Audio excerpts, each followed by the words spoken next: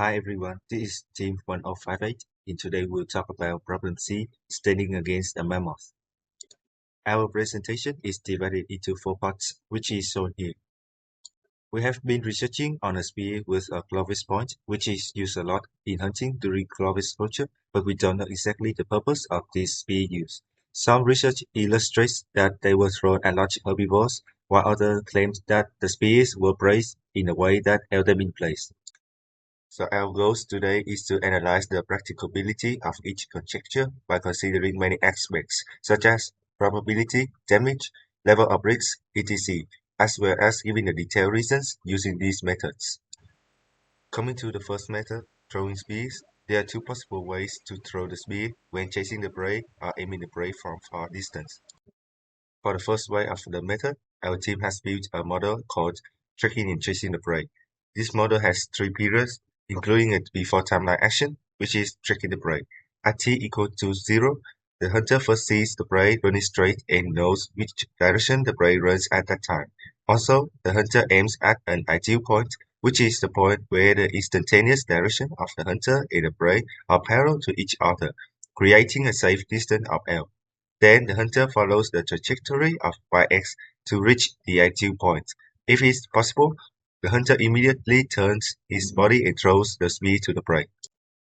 Because hunters need something at that ideal point to focus on, we assume that dogs are used. And it is understood since they are used a lot and they can easily follow the prey with same speed, as well as smelling and tracking the prey. So now we hold a coordinate system OXY such that the hunter is at point 00 and OX or Y are respectively parallel and perpendicular to the prey's direction. When the hunter first sees the prey, it is located at B0 and so the dog is located on B minus L B0. Then alpha and beta are the speed of the hunter and the prey or dog. We need to see if there is a curve YX that the hunter can reach the dog at some time. At the same time t, the hunter is at x, yx, while the dog is at b minus l, b0 plus beta times t. There are two important things, which is the tangent line of the curve at any time t go through the dog's position, and the distance the hunter runs is the integral from 0 to x of the hunter's curve. Substitute t in both expressions.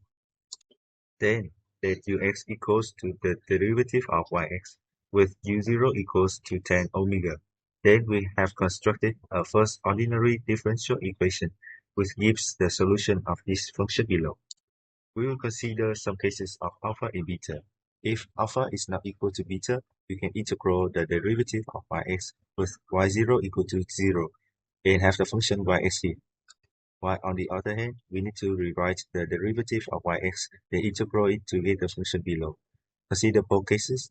The hunter can reach the dog if and only if beta is smaller than alpha. If omega equals to p divided by 2, we can construct a small model using a single axis, which almost use the same initial condition. The hunter needs to have the minimal distance of L to throw the spear. We can easily see that it is possible if and only if alpha is larger than beta. Now we can have a conclusion for this model. To successfully throw the spear to the prey, hunter must have larger speed than the prey, which is also true even if the prey moves zigzag. However, since most of the herbivores have large speeds, this method had little chance of success. Now we move on to another model. In this model, we want to hunt a prey with a height of 8 meters. First, we call some variables of initial throwing speed, angle, and height, as well as the throwing range. We assume the prey to be the mammoth, which is a common prey in Clovis culture. Then we can initialize some data and survey the boundaries of initial throwing speed and angle as follows. Back to the model. For a successful throw, the spear's point must land on the prey's back, which means L belongs to this interval. So now let's consider the general possibility of a success attempt. By calculations, we can define the function of the horizontal range f depends on V0 and alpha without air resistance. Now we consider two cases according to the status of the prey. If the prey is stationary, by plotting the contour maps of its function, we have a map of our function f as follows. It can be seen that as the distance between the thrower and the animal gets larger, it is less likely to be a successful throw. And we also have to mention to achieve the suitable V0 and alpha, it depends on the hunter performance, at which the possibility is pretty small. It can be proved via this table showing the number of hits and misses for each distances. It also can be seen that the farther the distance, the lower chance for the spear to hit. Now, if the prey is running, in this case we take the speed of the mammoth, which is around 10 meters per second. Recall the total time for the spear flies to the point that we assumed. Therefore, we have our function g with respect to v0 and alpha to calculate the distance between the prey and the hunter after t. To be easier to calculate, we fix alpha and consider a function h depends on x0 and alpha, and v0, which describes the distance difference between the spear point and the prey. This distance will not exceed L/2 to make a successful attempt. As can be seen from the figure, the hunter has to throw fast enough for a further distance, and for each x0, the range for a suitable v0 is quite small, leading to a lower probability for a hit.